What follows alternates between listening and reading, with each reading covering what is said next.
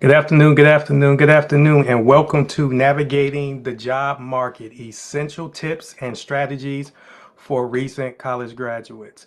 First, let me introduce myself. My name is Eric B. Horn, and I am the founder of Eric B. Horn Career and Business Solutions, which is a career development firm for recent college graduates. And one of the things that I wanted to talk on this live stream is to give you some tangible strategies when it comes to looking for your first job. Now, as a college graduate, you just spent the last 4, 5, and in some instances a little bit longer than that. I'm not no judgment based off of how long you were in school, but you spent a considerable amount of time, effort, energy, and money to get your diploma. And of course, you get the education, but the education is nothing but a segue to employment. That's someone who was just graduated from college or someone going back with their graduate degree. You want to get more skills, more knowledge to ultimately get a job. So, one of the biggest mistakes that I made when I graduated from college, and I graduated from college with a degree in information technology, was I was so focused on getting the good grades, going to school, the overall ins and outs of college, that I did not create a strategic plan in order to get my first job. To be very transparent, once I graduated, it took me a year and a half to find my first job. And a lot of that was based off of the mistakes that I made, nor did I have the strategy that I teach, college graduates now on to obtain their first job. And also, let me level set. Obtaining your first job may take between 3 to 6 months. This isn't a get rich quick thing, or it is not as laid out as what you are used to when you were in college. When you were in college, you received a syllabus. So you received a roadmap on the things that you needed to learn week by week, month by month to gain a particular grade. It even got to the point where the syllabus that you had laid out when you were going to be tested. So it was laid out in a sequential way. Once you actually graduate, that's all thrown out the window. And once you're put into the real world, it is very random when it comes to the overall opportunities that will be put in front of you. And I know for a fact that's one of the reasons how college graduates get lost in the sauce, because they are so used to a routine. And once that routine is gone, they are displaced. No harm, no foul, but it's overall human behavior. Or a lot of college graduates do not leverage their career service center for what they can do. Your career service center, not knocking them because these are hardworking professionals, can only help you to a certain extent. You need to understand what you need to do as a college graduate to strategically gain employment. Not just doing what everybody is doing, is just going on Indeed and going on these other job sites and blindly uploading your resume and hoping that you will get an opportunity. Hope is not a strategic job plan. However, for the sake of this live stream, I'm going to give you 3 tangible things that you can do to help further your overall journey when it comes to looking for employment. Some of the stuff that you may have heard before, but maybe not from the angle that I'm looking at it. And to be transparent, the angle that I'm looking at it, or the things that I had to bump my head and figure out. But once I actually mastered these things, I was able to gain employment specifically for my first job. So the first thing you need to do when you're navigating the overall job market is, of course, having a resume, which is very simple. But what you put on the resume could be the difference of you being passed up and put in a pile with the other numerous no's, but then you getting to the point where it leads you to the next step. A resume doesn't get you the job. The resume gets you to the point where you are moving to the next step, which be considered an interview. Even just having that mindset is a shift within itself, because a lot of people, I have my resume and they think ultimately the resume is going to get you the job. No, the resume will lead you to the next step. However, most recent college graduates, what do they put on their resume? They put the classes they've taken, they put some of their part-time jobs, they put the school, they put the GPA, which is all fine and dandy, but this is stuff that employers really don't care about. However, what they do care about, what relevant work experience do you have that you can put on your resume that can lead to their interest that you will be a viable candidate? Once again, just don't put the miscellaneous stuff like your GPA, your major, all of that's fine and dandy, but that's irrelevant. Most employers, even when you are a college graduate, are looking at some of the experience, or let me even be more specific, some of the relevant experience that you have that would make sense for you to be a viable candidate. So when people really think about that, excuse me, when job seekers hear this information, especially when they are recent college graduates, 9 times out of 10, they tell me that they don't have any relevant work experience, which is a huge no-no. No harm, no foul. However, for the individuals that are looking at this live stream and that is still in college, you need to be strategic and connect with small businesses that you can connect with and actually volunteer your services and gain some viable experience, because the holding pattern for a lot of job seekers, how can I get an entry level job if the entry level job is asking for 2 years worth of experience?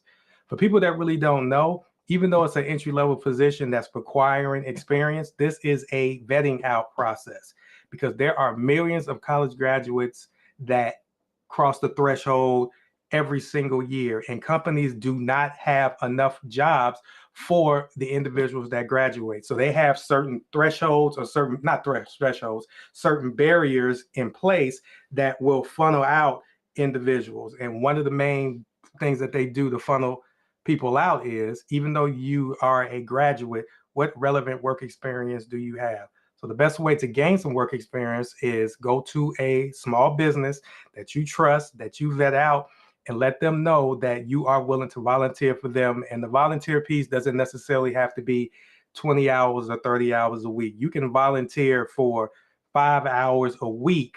But let me just put this into perspective.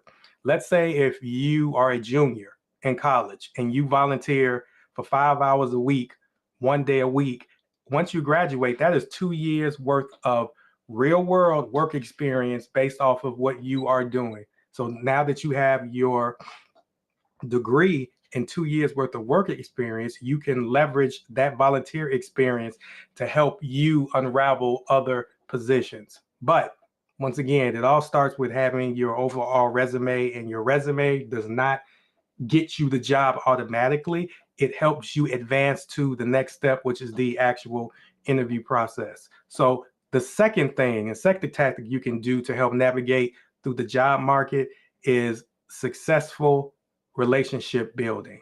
Notice I said relationship building and not networking. So here's a motto of mine.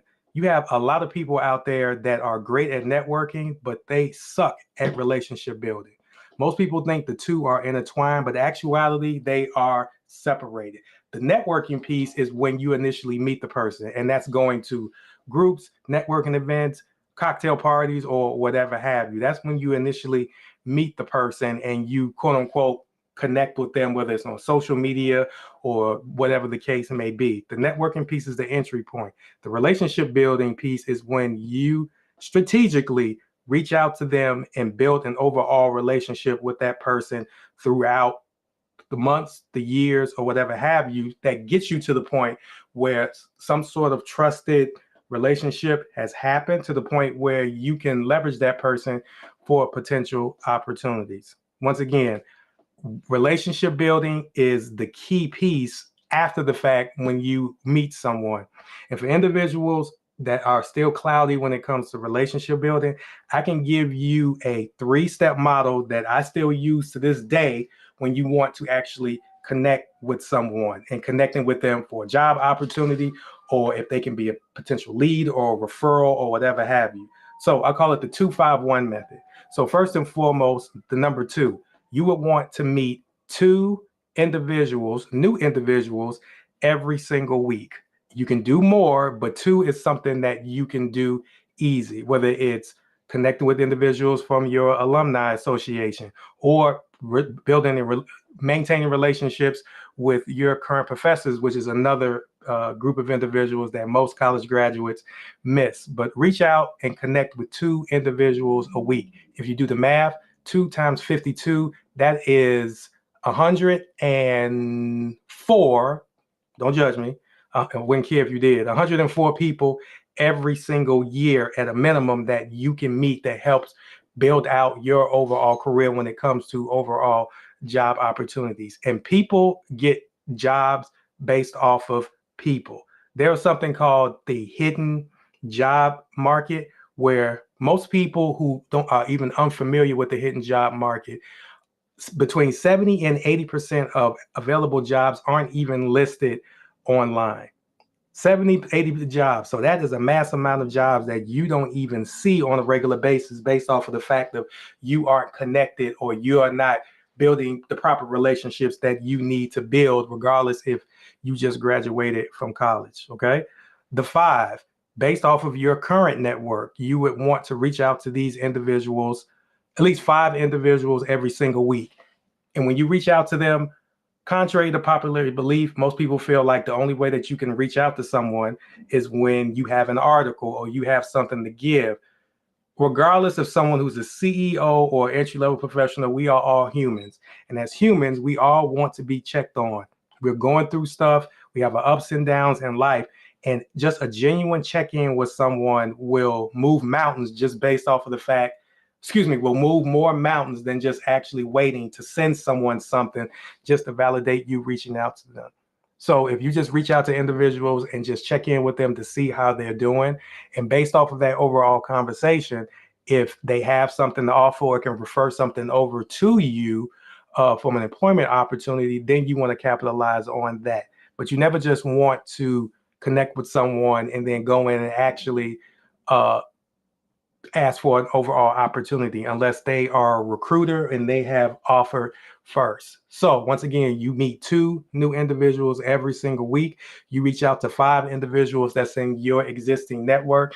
And last but not least, you have 1 face-to-face meeting or virtual meeting, because I know we're still in the midst of the tail end of the pandemic, but you have a one-on-one meeting with someone within your network. That could be for coffee, lunch, dinner, virtual chat, whatever the case may be. But you want to consistently have a one-on-one in-depth conversation, but not only to ask them what type of opportunities that they have at their place of work, but also, once again, to see how they're doing. So when you want a relationship build, even if it comes to searching for a job or finding out what job opportunities are out there in the market, you once again want to, 1, reach out to meet 2 new individuals every single week, check in with 5 individuals in your current network, and then have 1 face-to-face conversation. You take that 2-5-1 strategy and you apply that, you will start to see more.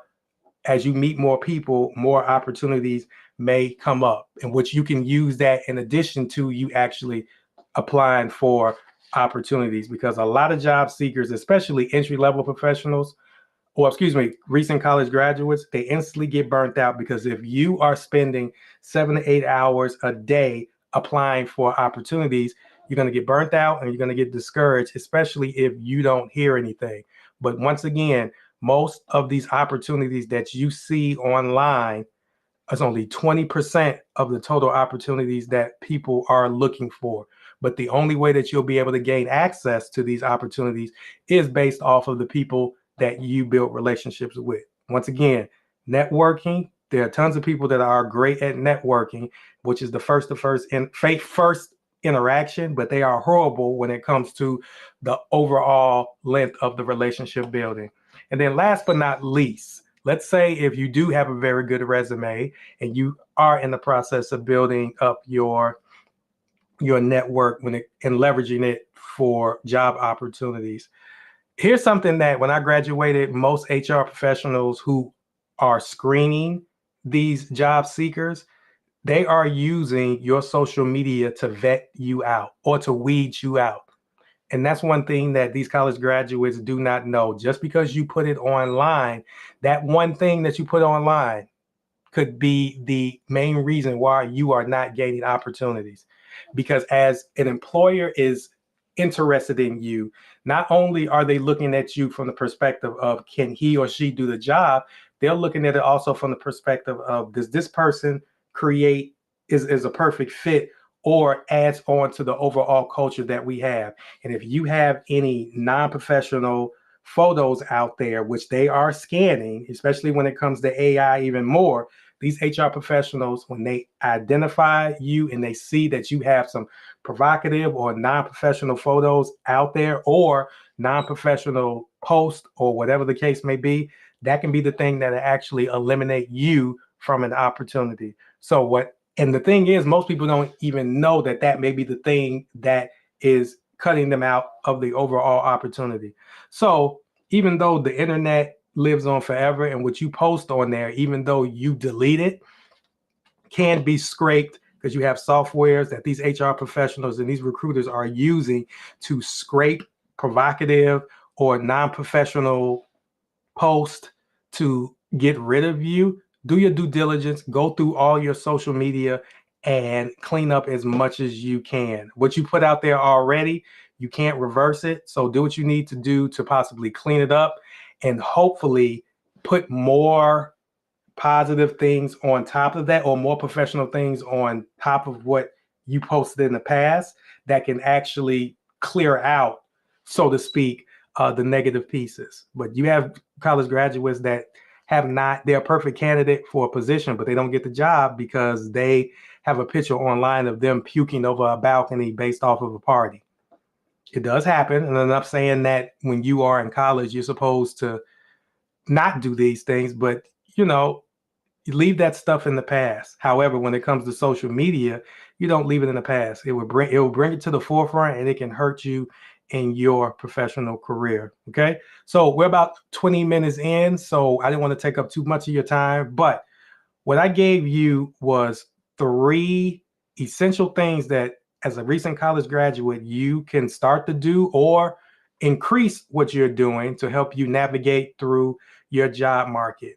If you don't have these ducks in order, it will be not impossible, but it will be very hard for you to obtain your first job. And since you've invested the time, the effort, and the energy and the money in your overall academic career, you definitely want to reap the benefits of all the hard work that you put in with an opportunity. So just to recap, the 3 things that you can do to help navigate your job market, once again, is 1, not only craft your resume, but specifically put relevant work experience. It can be volunteer, relevant work experience that helps leverage you for the position that you are applying for. These companies do not care that you've gotten a 4.0 GPA. They want to know, in addition to you being in school, how have you applied what you've learned in real world experiences. And once again, this whole concept of having worked 2 years or 1 year's worth of work experience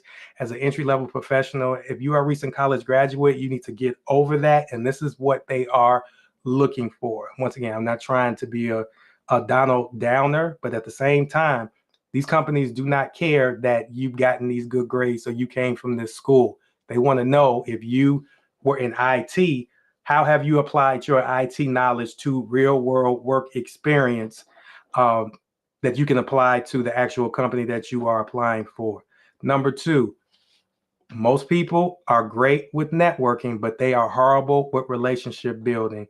Focus on a relationship building strategy as opposed to just meeting someone once and then expecting them to get you an overall opportunity. People will hire other people, and that's based off of the relationships that you have with that individual.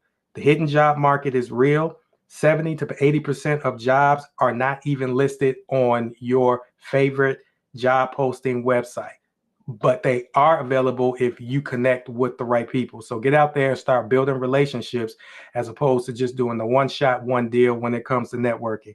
And last but not least, the digital age is real.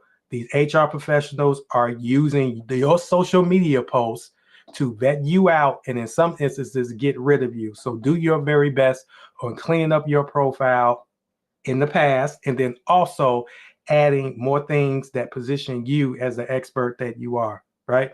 So if you guys had any other questions, comments, concerns based off of this live, feel free to put it in the chat, whether it's on LinkedIn, whether it's on Facebook, whether it's on LinkedIn, Facebook, Twitter, or whatever have you. Make sure that you put in a comment and we can continue the overall conversation. Last but not least, if any of you guys are interested in connecting with me more, there's a QR code at the bottom. Scan that QR code to join my Are You Employable online community. This online community will provide you with workshops and webinars like this. It'll also provide you additional strategies, tips, everything that you would need to make the transition from a college graduate to a thriving professional. Once again, you can scan that QR code and you will go from there. If I'm not mistaken, there is a list of questions that you would need to answer, but after you have those answers, either myself or someone on my team will approve you, and then you can start to reap the benefits of that online community. Once again, guys, thank you guys for your overall time, and I'll see you on the next stream.